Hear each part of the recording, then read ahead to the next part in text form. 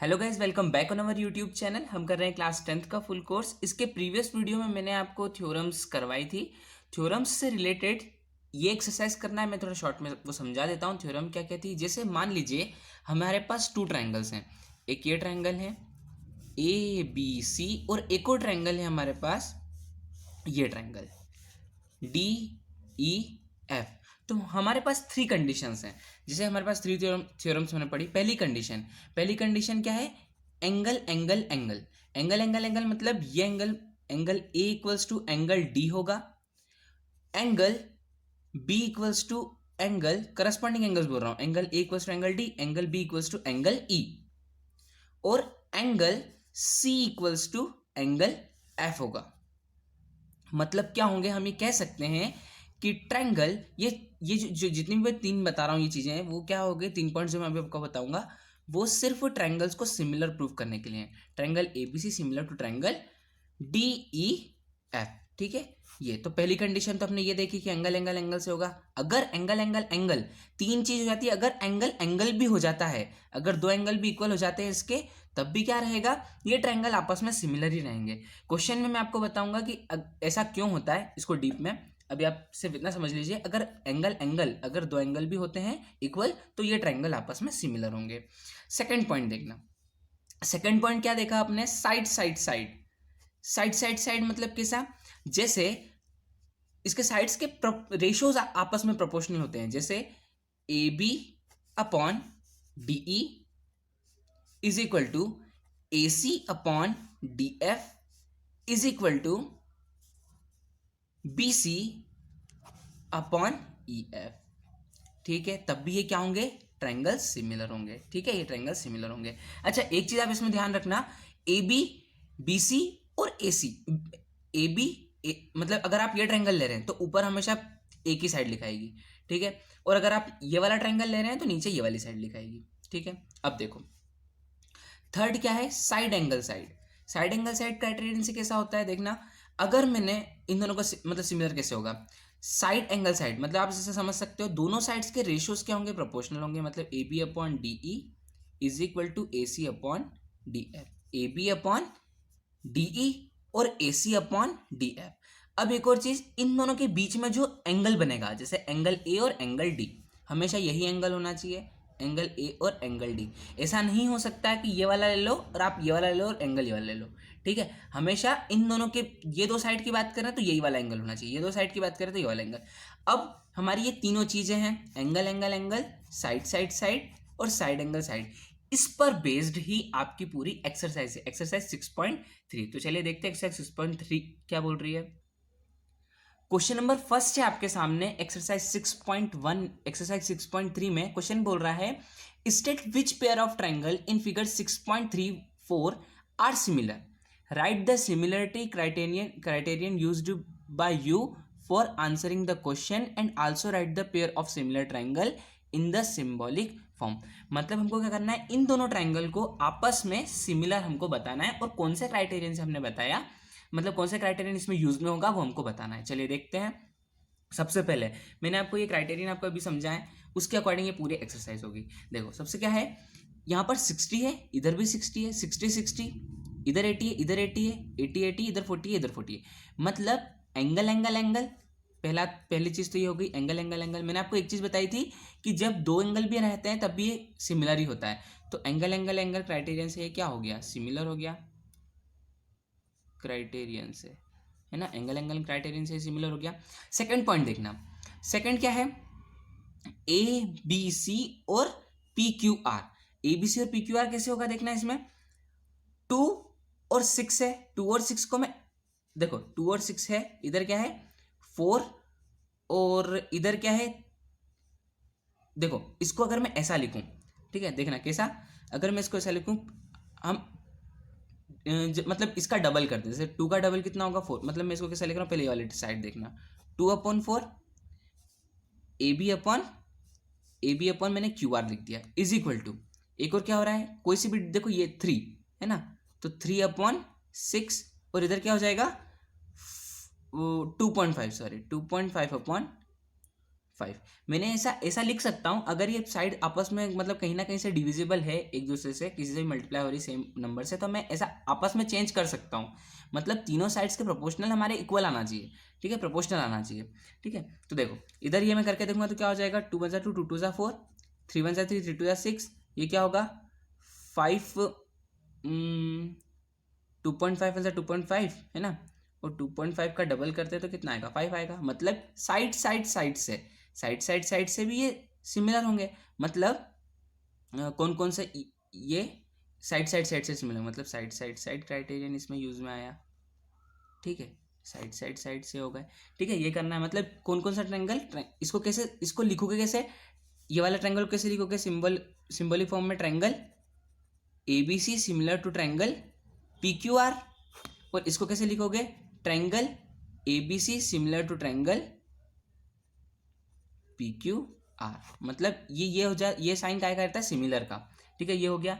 अब ये तो आप लिख सकते हो, मैं आपको डायरेक्टली समझा दूंगा, ठीक है, कैसे होगा। अब इसमें देखना, मतलब इसमें एंगल से हो गया, मतलब इसमें क्या लिख सकते हो आप, यस है। इसमें क्या है, ये भी एंगल साइड से होगा, मतलब ये भी यस है। अब ये वाला देखना, इसमें मैं कैसा लिख सकता हूँ, देखो 2 और 4 सेम एज इट इज ही है, और इधर क्या है 6 और 3 ये भी वैसा ही है।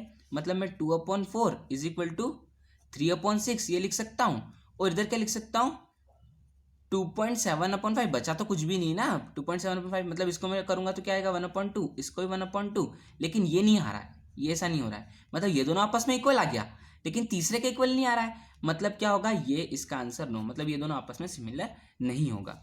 अब ये वाला देखना, फोर्थ पॉइंट क्या होगा, इसमें भी आप ऐसे ही करके देख लोगे, साइड्स सिमिलर हैं या नहीं, अपन उससे कर सकते हैं ना ये।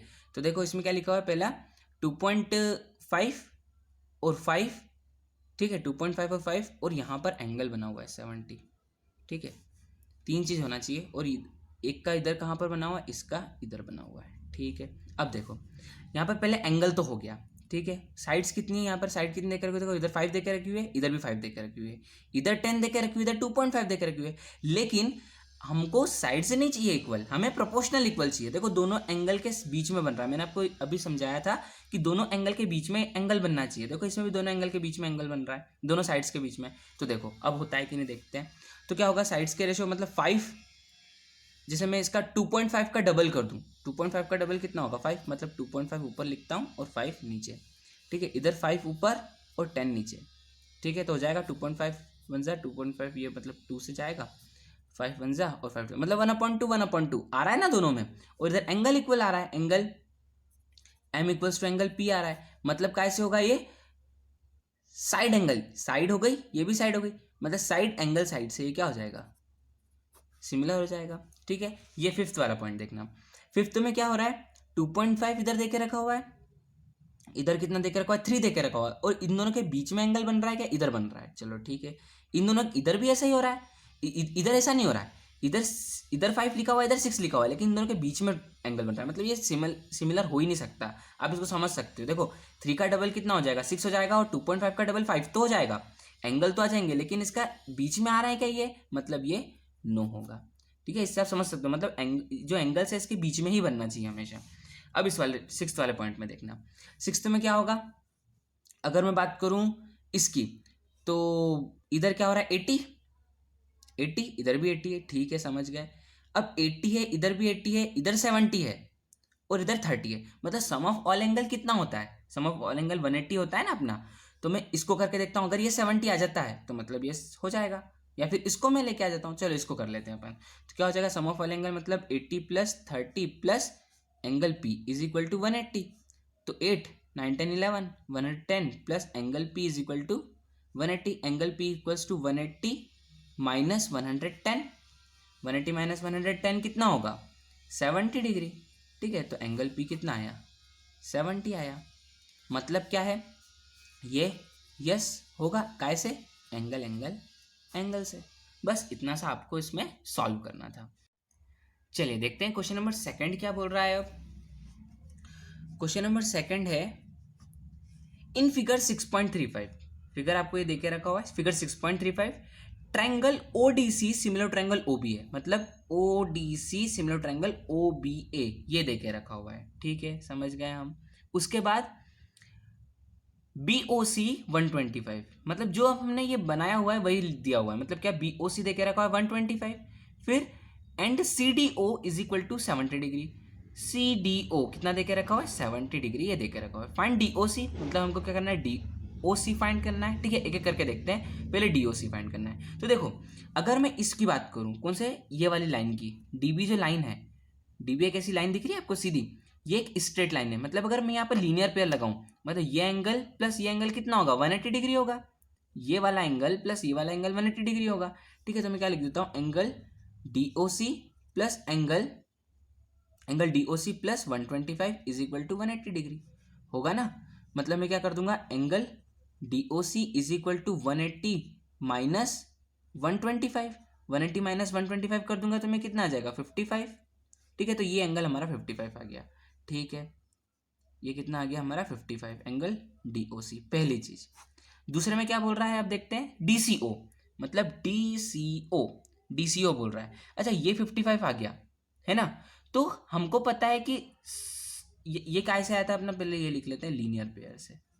ठीक है, लीनियर पेयर से। अच्छा, ये वाला ये कैसे होगा, देखो DCO, angle sum property of triangle क्या कहती है, ये वाला एंगल प्लस ये वाला एंगल, मतलब तीनों का सम कितना आएगा 180। तो मैं कर देता हूँ ट्रायंगल, मतलब मैं डायरेक्ट लिख रहा हूँ अभी, 70 degree plus 55 degree plus angle जो हमें निकालना है DCO, एंगल DCO, इन दोनों का, इन सब का सम कितना आएगा 180 डिग्री।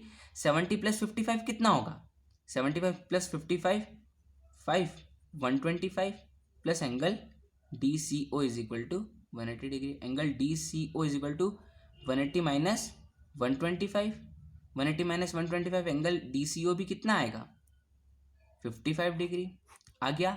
ठीक है, अब देखो ये 55 आ गया, अब यहाँ पर आप लगाओ, ये 55 आ गया और ये तो आपस में सिमिलर ही है ट्रायंगल, तो ये भी सब वैसे होंगे। या फिर आप ऐसा मत कुछ भी मत करो, आपको पता है, देखो ये लाइन पैरेलल है इसके, है ना, ये लाइन इस लाइन के पैरेलल है, तो ये जो लाइन बनता है ये किससे बनता है, अल्टरनेट इंटीरियर एंगल। तो ये अगर 55 आया तो ये भी तो 55 होगा, तो अल्टरनेट इंटीरियर एंगल से ये भी 55 हो जाएगा। अल्टरनेट इंटीरियर एंगल शॉर्ट में लिख दिया मैंने, कितना होगा, ये भी 55 डिग्री होगा। ये हमारा आंसर, मतलब ये तीनों एंगल कितने कितने आएंगे हमारे 50 50 55 55 55, ये तीनों हमारे 55 आएंगे। देखिए क्वेश्चन नंबर 3 क्या बोल रहा है। अब क्वेश्चन नंबर 3 है आपके सामने।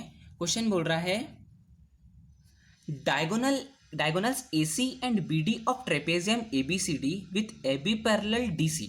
मतलब ट्रेपेजियम आपको पता है क्या होता है, ट्रेपेजियम जिसकी दो साइड्स आपस में पैरेलल होती हैं और दो साइड आपस में इंटरसेक्टिंग होती हैं।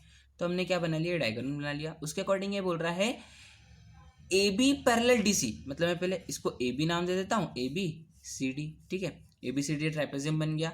इसमें क्या बोल रहा है, AB पैरेलल DC है। ठीक है, समझ गए। इंटरसेक्ट उसके डायगोनल्स जो हैं, डायगोनल AC और BD, मतलब AC डायगोनल ये बन गया, ठीक है, और उसके BD डायगोनल मतलब ये बन गया। ये कहाँ पर इंटरसेक्ट कर रहे हैं, इंटरसेक्ट एट पॉइंट O पे इंटरसेक्ट कर रहे हैं। Using similarity criterion for two triangles show that, मतलब सिमिलरिटी क्राइटेरियन लगाना है अपने को, शो करना है उसमें सिमिलरिटी क्राइटेरियन लगा के, OA मतलब OA अपॉन OC और OB अपॉन OD, है ना, ये अपने को प्रूफ कर, मतलब ये अपने को प्रूफ करना है। ठीक है, तो देखिए आपको ये पता है क्या, देखो जो भी प्रूफ करना है, टू प्रूव मैं यहाँ लिख देता हूँ, to prove AO upon OC और OB अपॉन OD, ये करना है प्रूफ। चलो प्रूफ स्टार्ट करते हैं। देखना इसमें एक चीज देखो कि AO और OC ये कौन सा ट्रायंगल में आ रहा है, देखो ये वाला ट्रायंगल बन रहा है और एक ये वाला ट्रायंगल बन रहा है। ठीक है, तो मैं इन दोनों ट्रायंगल को आपस में क्या कर देता हूँ, सिमिलर प्रूफ कर देता हूँ। तो क्या कर दूंगा मैं, triangle in triangle AOB and triangle DOC, AOB and DOC। तो ये ट्रायंगल में क्या होगा, देखो फर्स्ट ये एंगल इक्वल टू ये एंगल होगा।